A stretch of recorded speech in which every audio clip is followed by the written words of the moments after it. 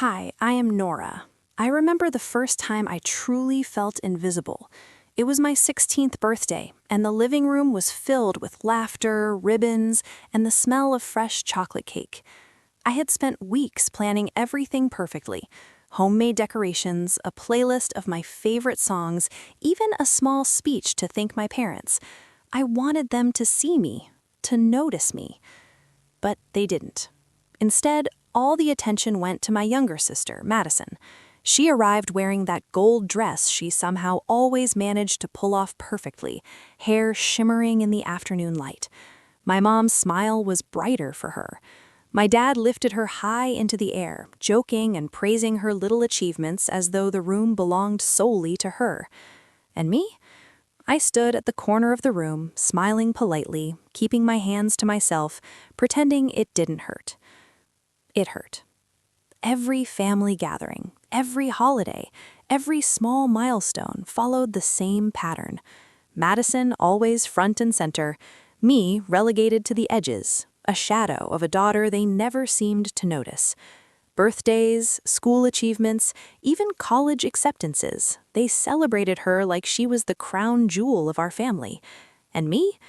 I had learned early that my success, my hard work, my quiet victories, they barely registered.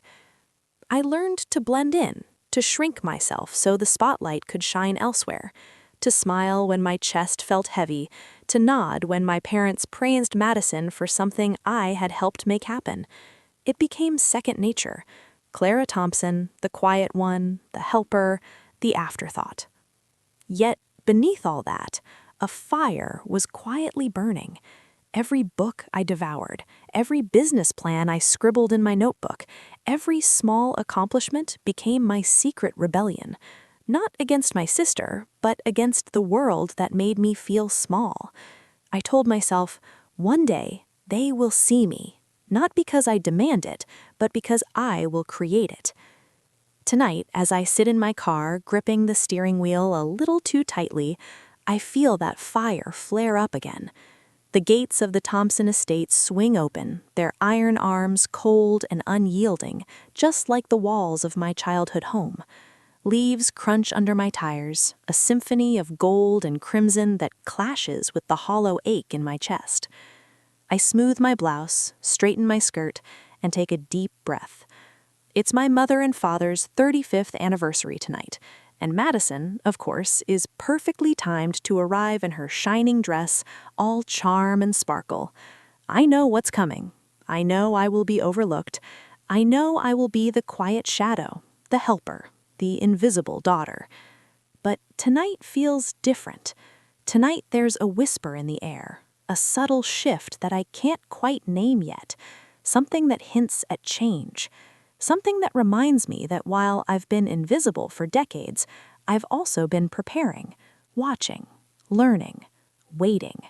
And now, maybe, it's time for my story to begin. The Thompson family home always felt bigger than it was. Tall ceilings, polished floors, antique furniture, walls lined with framed photographs of perfect smiles and picture-perfect vacations. It was beautiful. In the way a museum is beautiful, impressive, grand, but cold, distant. I had grown up navigating the hallways like a careful shadow, learning which steps made noise and which ones were safer to take quietly. My parents, Margaret and Philip Thompson, were the kind of people everyone admired: elegant, accomplished, socially perfect. But for me, they were also the reason I learned early that visibility could be dangerous. Not that they meant to hurt me, I think now. They just didn't notice. Or maybe they didn't want to. And then there was Madison, my younger sister. 4 years younger, charming, effortlessly adored. Every laugh she shared seemed to echo louder in our home than mine ever did. Every small achievement, her choir recital, her first art show, her high school tennis award, was celebrated like a headline. I had long stopped expecting recognition. Instead, I quietly built my own little worlds, tucked into corners with books, business plans, and endless ideas no one asked about. I remember one winter afternoon in high school, Madison bouncing into the kitchen with her watercolor painting, her brush still wet with blues and pinks. Mom gasped, "Oh, Madison, this is beautiful. Let's frame it for the hallway." She beamed at my sister like she had just discovered a rare treasure. I glanced down at the essay I had stayed up all night writing, a piece I had entered in a statewide competition. My dad glanced up, gave me a polite nod, and returned to his newspaper. That night, Madison's painting hung proudly in the hallway, and my award certificate collected dust in the drawer. That pattern had followed me everywhere, at birthdays, family dinners, even holidays. I had long ago accepted my role as the helper daughter, the one who brings the trays, remembers the seating arrangements, smooths out wrinkles in napkins, all while Madison took center stage. But my invisibility didn't mean inactivity. I learned to observe, to analyze, to plan. I learned that power didn't always come from applause. It could come from quiet determination, from discipline, from building a life that no one could ignore. Books, business competitions, internships, late-night coding sessions, they became my refuge, my private victories. Each small win added fuel to the fire I kept hidden beneath my calm exterior. By the time I entered college, my path was clear. I wanted independence, recognition, not from my family, but from the world. I wanted to create something tangible, something meaningful. While Madison flitted from hobby to hobby, collecting ribbons and applause, I spent months writing business plans, pitching ideas, and learning how to turn concepts into real results. Even then, my parents never seemed to notice. I would send them a newsletter highlighting a successful project, a scholarship earned, or an award I had won, and the response was always polite, distracted, and short. Meanwhile, they would call to gush about Madison's art class, her volunteer work, or some minor achievement that she herself hardly took seriously. It wasn't jealousy, it was observation, the quiet acknowledgement that the world celebrated Madison far more than me. And yet, I never stopped hoping for moments of connection, moments when I would finally be seen. Perhaps a small nod, a genuine compliment, a quiet smile across the dinner table. Instead, I learned to keep my expectations low and my ambitions high. I remember arriving at our parents' home that October afternoon, leaves crunching under my tires, the estate's iron gates swinging open. Madison pulled up behind me in her silver Mercedes, hair gleaming in the late afternoon sun, gold dress shimmering. My parents' smiles lit up the front porch. My mother called out, arms open wide, and my father lifted Madison into a bear hug. Their princess had arrived. I stepped out of my car quietly, smoothing my charcoal pencil skirt, burgundy blouse, keeping my posture impeccable. I was expected to blend in, not stand out. Mother glanced over Madison's shoulder at me, her smile dimming just enough that only I would notice. "Veronica, Clara, you made it," my mother said, her tone polite but distant. My father offered a quick, absent-minded pat on my shoulder before returning his attention to Madison. Their focus was already elsewhere. Inside, the grand foyer sparkled with crystal and silver. White roses and lilies spilled from oversized vases, their scent overwhelming yet beautiful. A string quartet played softly, setting the mood for elegance, while I moved quietly to the edges, guiding guests, offering help wherever I could. I was the shadow, the organizer, the invisible force keeping the celebration running smoothly. Then, near the staircase, I overheard my parents' conversation with the event planner. "Just make sure we get one with the three of us, Robert, myself, and Madison. That's the one we'll want enlarged for the living room," my mother whispered. I froze, gripping my champagne flute, as the words sank in. The three of them. Not four. Never four. And I realized again, in a room full of people, that I would remain the invisible daughter, the helper, the background, the afterthought. But something shifted inside me that afternoon, a quiet, burning determination. Madison could have the attention, my parents could choose who they celebrated, but I had my own life to build, my own path to carve, and slowly the plan that had been whispering in my mind for years began to take shape. The first signs of tension were subtle, almost imperceptible, but they gnawed at me as the evening wore on. The Thompson estate, for all its grandeur, always seemed to amplify everything, every laugh, every compliment, every glance. Madison floated from group to group, her laughter a soft chime that drew people like moths to a flame, and me, I remained at the edges, a careful observer, a shadow in the glow of someone else's spotlight. It started with the seating chart, table 14, near the kitchen doors, 6 tables away from my parents and Madison. Mom had been thoughtful, or perhaps it was deliberate, assigning me a table with potential business connections, but it wasn't my family. It never was. As I traced the elegant calligraphy with my finger, a familiar ache rose in my chest. I wanted to be closer. I wanted to matter. But I had learned over decades that hoping for that was pointless. I moved toward the bar to collect my thoughts and a glass of champagne. A young server who had noticed my expression topped off my glass with a sympathetic glance. That small kindness grounded me momentarily, a reminder that not all attention had to come from my parents. I exhaled slowly and scanned the room, watching Madison charm the guests effortlessly, her smile bright, her presence magnetic. Memories began to surface unbidden. Thanksgiving dinners when I had been relegated to the kids' table, while Madison sat between my parents, proudly claiming the center. Christmas mornings with piles of gifts spilling across the living room floor, her treasures towering over mine, even when my achievements cost months of sleepless nights. Debate championships, science fairs, art competitions, all met with polite nods or passing remarks, while Madison's small victories were elevated to family legend. I tried to shake the memories, but they clung to me like a shadow. And then the subtle acts began, the little things that cut deeper than any argument. My mother whispered to the event planner about the 3 of us in a photograph.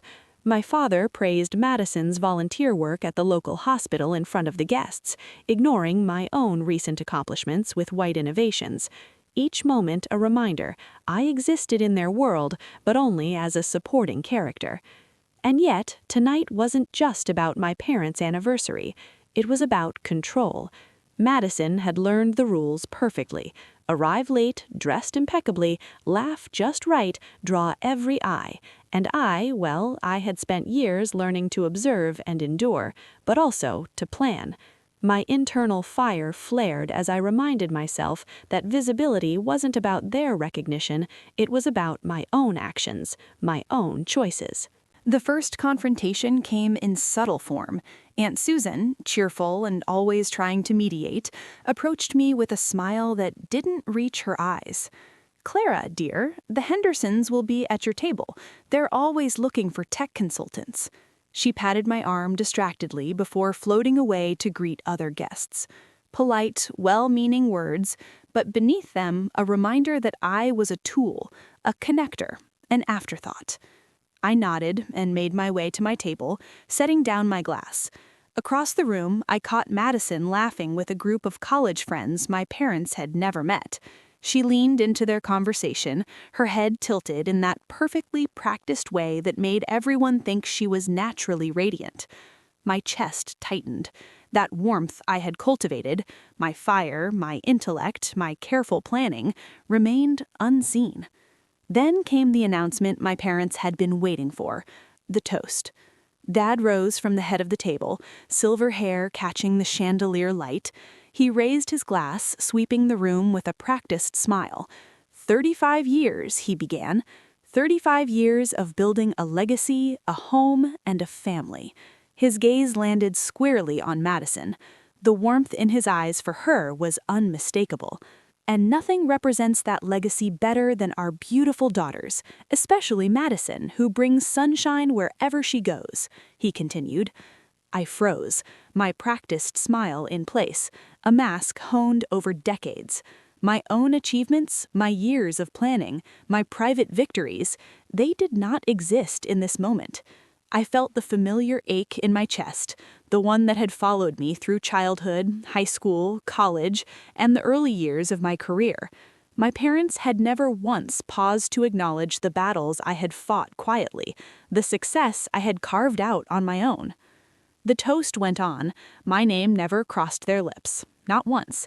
Madison's accomplishments, college graduation, volunteer work, minor awards, her first art show, were praised in detail. I counted the minutes, each tick of the clock a reminder that I was invisible in the eyes of my family. After the applause, I slipped toward the terrace, needing air. The autumn wind hit my face, clearing the scent of lilies from my lungs. Aunt Margaret followed, her presence comforting. "Did you know," she began without preamble, "that this is the third luxury gift they've given her this year?" She enumerated the trips, the spa weekends, the gifts, all funded by my father. My eyebrows rose. "Summer in France?" I murmured, recalling how Madison had told everyone she had won the trip herself. The puzzle pieces shifted in my mind. The newsletter that had buried my Series C funding announcement below Madison's tiny farmer's market soap business, the casual mentions of my achievements lost in paragraphs dedicated to my sister. Everything fell into place. They hadn't just ignored me, they had deliberately erased my victories, hidden my victories beneath Madison's charm. And yet, even as the familiar sting of injustice took hold, a quiet determination anchored me. My fire, long smoldering, ignited into a controlled blaze. Tonight was not about confrontation. Tonight was about observation, understanding, and planning. They thought I was a shadow, that I would quietly accept my role. They were wrong. I returned to the main hall just as the event planner announced family photographs. My parents arranged themselves with Madison, leaving me at the far edge, a silent observer. I let the camera click, capturing the perfect family tableau that didn't include me. My hands remained folded, my face calm. CEO face, I reminded myself, a mask honed for negotiations, now serving a personal purpose. Later, my phone buzzed. James, my longtime business partner, checking in with the pre-arranged code we had developed for moments like this. Escape plan ready when you need it. A smile tugged at my lips. I responded quietly, the first genuine smile of the evening, knowing I might need that lifeline before the night ended. The tension escalated as small confrontations continued. Madison leaned toward me during a conversation, feigning concern. "Did you feel left out earlier?" she asked, her voice a practiced mix of sweetness and guilt. I simply shook my head. "I'm fine," I said, my voice calm, controlled. Inside, I simmered. I had learned long ago not to give others the power to manipulate my emotions. Mom hovered nearby, asking questions that were subtly loaded. Father tried to steer conversations to include Madison's achievements, minimizing my own. Each moment was a reminder. The world I had grown up in rewarded charm over competence, visibility over substance, and parents over effort. But I had something they didn't: the years of quiet preparation, the years of learning, observing, building my own empire. The evening wound on, the conflicts quiet but relentless. Each glance, each whispered comment, each deliberate oversight was another lesson. Madison was skilled at capturing hearts. My parents were skilled at overlooking mine. But I was skilled too, at strategy, at patience, at knowing when to act. By the end of the night, I stood on the terrace again, looking out over the Connecticut landscape, the lights of the estate glowing behind me. The crunch of leaves underfoot reminded me of every childhood disappointment, every erased achievement, every overlooked moment. And yet, beneath the sting, I felt something new: clarity. Clarity that my worth did not come from recognition. Clarity that my victories did not need applause from the people who had ignored me. Clarity that my life could be built on my terms. And with that clarity, the first whispers of a plan began to take shape. A plan for recognition that no one could erase. A plan for justice, not through anger, but through action. The night had stretched long, a river of polished surfaces and polite smiles. I retreated to the terrace again, letting the cool autumn air brush across my face. My thoughts were a swirl of memories, small injustices, and the invisible weight of being overlooked for decades.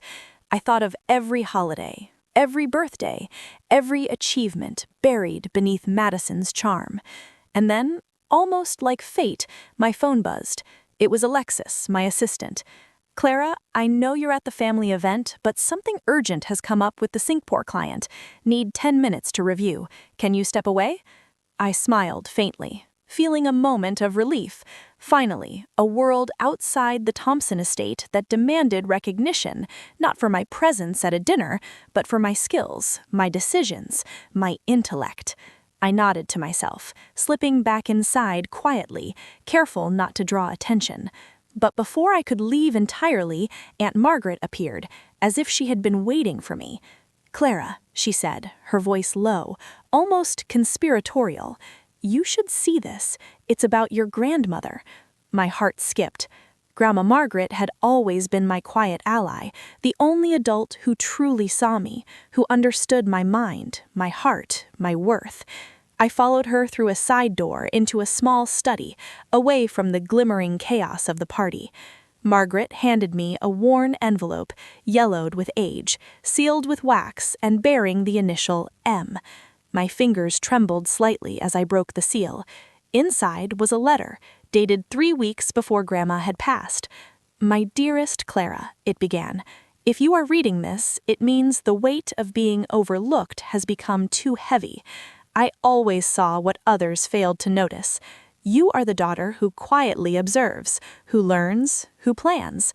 Your mind, your determination, your heart, they are gifts. I have made arrangements for you that will help you step fully into your power." I paused, letting the words sink in. The warmth that had been missing all my life began to fill the empty spaces. She continued, "There is an account in your name only containing both funds and my personal journals. The code to access it is the date we visited the Metropolitan Museum together. This is not about money, though it will help. It is about legacy, about you stepping fully into your own story. You are the true heir of determination, not the one merely celebrated for charm or smiles." I felt my chest tighten with a mixture of grief, relief, and a newfound determination. Everything suddenly made sense. The subtle erasures, the overlooked achievements, the deliberate minimization of my successes. My grandmother had anticipated this moment. She had left me a lifeline, a bridge to a world where I could finally matter on my own terms. The hours after that were a blur of planning and quiet revelations. I left the terrace and returned to my parents' event, this time with a different lens. The clinking of champagne glasses, the polite murmurs, the laughter of Madison and the guests, it all became background noise to the clarity blooming in my mind. By the time the special presentation began, I was ready. My parents had prepared a red leather box, gleaming under the chandelier, containing a Cartier watch encrusted with diamonds. The room fell silent as Madison lifted it, her eyes wide, hands trembling. Applause erupted, and I felt the old familiar ache, a recognition given to her, never to me. But this time I did not flinch. I observed, I noted, I remembered. Later I slipped to the back, alone, and opened my grandmother's account on my laptop. The funds were substantial, more than enough to solidify my business, to expand, to secure independence from a family that had never fully valued me. The journals were priceless. Each page was filled with wisdom, strategy, and encouragement, a roadmap from someone who truly understood me. And then it hit me. My life had been preparing for this moment all along. Each overlooked achievement, each polite nod instead of praise, each subtle erasure, it had been a crucible. I had endured, learned, and grown, and now, with my grandmother's guidance, I had the power to step fully into my own narrative. The next day, at the breakfast table of my own apartment, I made the decision. The funds would be used wisely, the knowledge applied thoughtfully. I would create something that mattered, something that no one could ignore, something built on skill, intellect, and heart. And for the first time, I felt free. Later, Madison called, her voice a mixture of confusion and curiosity. "Clara, where are you? Everyone is asking." I smiled softly, holding the letter close to my heart. "I'm where I need to be," I said, calm, firm, "and I'm going to stay here for a while." It wasn't anger that propelled me. It wasn't revenge. It was clarity, purpose, and the quiet satisfaction of finally being seen, not by those who overlooked me, but by myself. Over the next few weeks, the transformation unfolded quietly but powerfully. I restructured my company, secured new partnerships, and launched a mentorship program for young women in tech, a way to ensure that no one would feel invisible like I once had. Every meeting, every decision, every success was now fully my own. Madison reached out several times, tentative, curious, sometimes guilty. I responded politely but cautiously, setting boundaries I had never enforced before. My parents tried subtle manipulation, attempting to draw me back into old patterns, but I was no longer the invisible daughter. I had inherited my grandmother's foresight, her strength, her wisdom, and that inheritance was worth more than any gift, any approval, any applause. One evening, sitting in my penthouse office, I opened the journals again. I found a passage that resonated deeply. "Remember, Clara, sometimes family is who sees you, not who shares your name." And I understood fully. The chairs that mattered were not defined by blood or tradition. They were defined by respect, recognition, and genuine connection. I spent decades sitting at the wrong table. Now I would create my own table, fill it with people who truly valued me, and never again wait for permission to exist fully. The turning point was not a confrontation with my family. It was the moment I realized that my life had value independent of their approval. That realization, quiet and profound, became the catalyst for everything that followed. It was not dramatic. There were no shouting matches or angry confrontations. It was calm, quiet, decisive, a shift from being acted upon to taking action. And so, with the inheritance of wisdom and support from my grandmother, I stepped fully into my own narrative. The past could no longer define me. Madison's charm, my parents' oversight, the years of being invisible, all of it became a backdrop to the life I was determined to live on my own terms. The morning after the revelation, the apartment felt different, lighter, almost sacred. The city outside hummed as usual, cars and footsteps weaving a tapestry of life I had once felt removed from. But now I was present, fully awake to my own story, no longer a shadow in someone else's portrait. I brewed a cup of coffee, the aroma grounding me, and settled near the window. Light spilled across the room, glinting off the silver frame that held my grandmother's photograph. Her eyes, so keen and knowing, seemed to follow me as I traced my fingers along the frame. She had seen me when no one else had. She had believed in me when I doubted myself. And now I would honor her trust by stepping fully into the life she had prepared me to live. I opened the laptop again, logging into the account my grandmother had left me. The funds were substantial, but it was more than money. It was freedom, a tangible expression of belief in my potential. Each journal entry I read that morning became a lesson, a whisper from her past guiding me forward. How to navigate business challenges, how to remain calm under pressure, how to recognize opportunity when it appeared disguised as small, quiet moments. By mid-morning, I called James. "Clara?" His voice was careful, warm. "Are you okay? Last night—" "I'm more than okay," I interrupted softly but with confidence. "I'm ready. I have a plan, and I'm going to make it real. Can you come by?" Within the hour, James arrived, portfolio in hand, eyes bright with the excitement of shared ambition. We mapped out strategies for the company's expansion, revisited mentorship plans, and began laying the foundation for initiatives I had long dreamed of.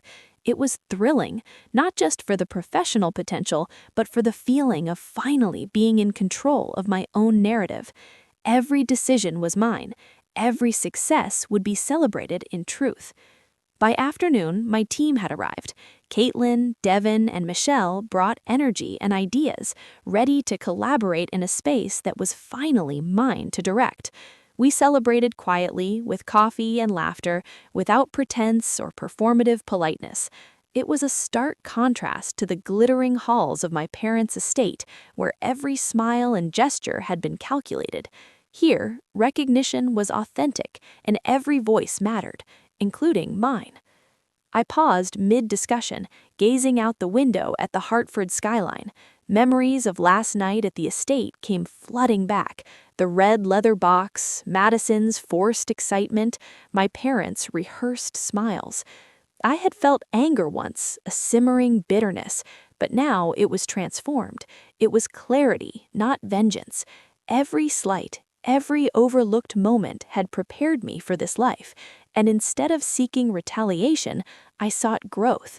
My success was its own vindication. That evening, I received a message from Madison. "Clara, can we talk? I didn't mean." I read it slowly, feeling the old familiar tug of doubt. But instead of rushing, I paused, reflecting on everything that had brought me here. She had been trained by the same environment, rewarded for charm over substance. It wasn't personal, it was systemic. I typed back tearfully, "Madison, I'm glad you're finding your path. I hope you continue to grow and learn. Right now, I'm focused on my own journey." And I set the phone aside. It was the first time in decades I had refused to allow someone else's drama to dictate my emotions. I felt the power of boundaries, the liberation of choice. The days that followed were a whirlwind of transformation. The mentorship program launched successfully, attracting brilliant young women eager to innovate, to lead, to be seen. Each session reminded me of my own journey, of the years spent learning quietly, observing, and building resilience. And every time one of these women achieved a milestone, I felt a deep, quiet joy that no family praise had ever given me. I also began reclaiming pieces of my past. The mahogany table from the family estate, once relegated to ceremonial display, was now mine. Not as a token, but as a symbol of reclaiming space for those who had been overlooked. I hosted small gatherings of trusted friends and colleagues around it, a celebration of authentic connection. Laughter filled the room, a sound I had nearly forgotten.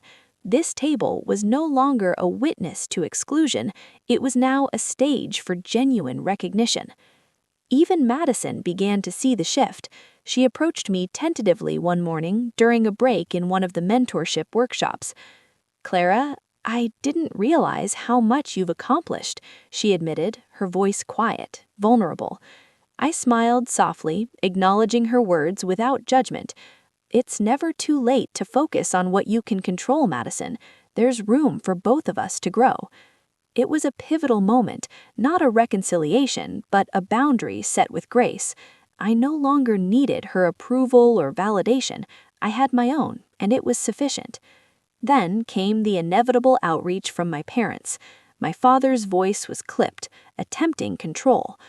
"Clara, we need to discuss your participation in the upcoming board event. Your absence last night was noticed." I paused, sensing the old familiar pressure, the subtle manipulation, but this time I was unshakable. "Father, I appreciate your concern, but I will attend events where my presence is valued for who I am, not as a backdrop to someone else's celebration. That standard will guide my involvement moving forward." The silence on the other end was deafening. They were unprepared for this response, this assertion of self-worth. Weeks later, I walked through my apartment, reflecting on the transformation. Every corner held symbols of my life reclaimed: the journals, the photograph of my grandmother, the mahogany table, and even the awards and recognitions that had once been tucked away in dusty corners. They were no longer hidden. They were celebrated, shared with those who truly cared. I thought of Madison again, imagining her reflection in the mirror of the estate, perhaps seeing me as a rival or an enigma. But I no longer needed to manage her perception. I had my own life, my own achievements, and my own legacy. The power of visibility, the power of being seen, was intoxicating in its quiet way. And then, a small moment of joy. My grandmother's brooch, pinned above my heart, catching the light from the late afternoon sun. It was a reminder of her foresight, her wisdom, and her unwavering belief in me. Each day I felt that presence guiding me, offering quiet reassurance. You are seen. You are worthy. You belong at tables you create. By the end of the month, the mentorship program had become a beacon. Calls and emails poured in from young women across the country, grateful for guidance and opportunity. My company thrived, not just financially, but ethically and emotionally, built on values my family had never understood: recognition, respect, and empowerment. Even Madison began contributing in small ways, tentatively, without expectation of praise. And while we were not close, there was a new understanding, a separation of past patterns and present reality. She could continue her life, and I could continue mine, each shaped by choices and boundaries rather than family expectations. As the sun set over Hartford, painting the sky in warm golds and soft purples, I sat at my reclaimed table.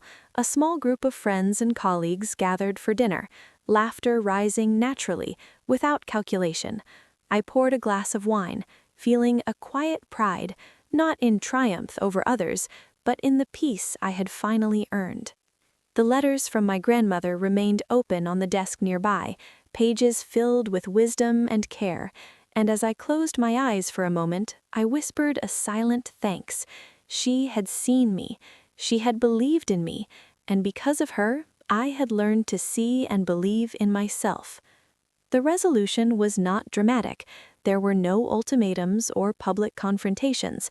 It was subtle, deeply satisfying, and entirely transformative. It was the slow, steady bloom of self-worth and agency, the understanding that the right path forward is often quiet, deliberate, and profoundly personal. I realized then that life's greatest victories are not in the applause of others, but in the peace of knowing you have reclaimed your own story. My family's oversight and Madison's favored position were no longer chains. They were simply reminders of a past that had shaped but not defined me. I closed the journals, carefully placing them beside the photograph of my grandmother. I glanced at the mahogany table, polished and gleaming in the soft light, now the center of warmth and genuine connection, and I smiled, a calm, heartfelt smile, one that reflected both the journey endured and the life I was building, fully seen, fully valued, fully my own. The days settled into a rhythm I had never known before, gentle, purposeful, and entirely my own. Hartford's skyline stretched beyond my window, the river catching the golden light of late afternoon, reminding me how small yet expansive life could feel when you finally claimed it. I walked through my apartment, past the photographs, the journals, and the mahogany table that had once been a symbol of exclusion, but was now a center of warmth and laughter. I paused at the brooch, pinned above my heart, a gift from my grandmother that had become a talisman of her faith in me. Each day, it reminded me that being seen wasn't a demand, it was a right I had always held, even if others had failed to recognize it. That evening, friends and colleagues gathered again for a quiet dinner. Glasses clinked, voices mingled, and laughter flowed naturally, unforced and real. I looked around the table, noting the genuine joy on their faces, the respect in their eyes, and the ease of conversation. For the first time in decades, I felt like I truly belonged, not at someone else's table, but at one I had chosen to create. James leaned over, his voice low and steady. "You've built something incredible here, Clara. Not just a business, but a space where people feel valued. That's rare." I smiled, a warm, unburdened smile. It's been a long road, but it feels right. Outside, the city hummed with life. each light in the distance a tiny story unfolding. I thought of my family, of Madison, and even of the estate where I had once been an afterthought. And I realized that my absence from their celebrations had not diminished me, it had clarified who I was and who I wanted to be. A notification blinked on my phone. Another student had applied for the mentorship program, another young woman seeking guidance, another chance to help someone be seen and valued. I glanced around the table at the faces of those who had already joined, their enthusiasm filling the room, and I felt a quiet thrill. This was real, this was meaningful, and it was mine. Later, I stepped onto the balcony, the cool air brushing against my face. The city stretched before me, vibrant and alive. I thought about my grandmother's words, etched forever in the letter I kept close. You are the protagonist of your own life. The quiet ones observe, learn, and ultimately succeed where the celebrated ones falter. I breathed deeply, letting the weight of the past release from my shoulders. Every slight, every overlooked moment, every moment of invisibility had led me here, not to revenge, not to confrontation, but to self-discovery, to empowerment, and to peace. I had claimed my seat at the table I deserved, surrounded by people who celebrated me for who I was, not what others expected me to be. For a brief moment, I allowed myself to remember childhood laughter, the tire swing, and the simple joy of being noticed by my grandmother. It was not bitterness I felt, but gratitude for the lessons, the clarity, and the path she had paved for me long before I was ready to see it. The apartment was quiet now, filled only with the soft hum of the city and the faint clink of silverware from the dinner that had ended moments before. I touched the brooch again, feeling its weight and warmth, and whispered a small thank you, a promise to myself to live boldly, to value authenticity over approval, and to recognize those who mattered genuinely. Tomorrow there would be challenges. There would still be the echoes of family expectations, the occasional pang of old wounds, and the reminders of a past that tried to define me.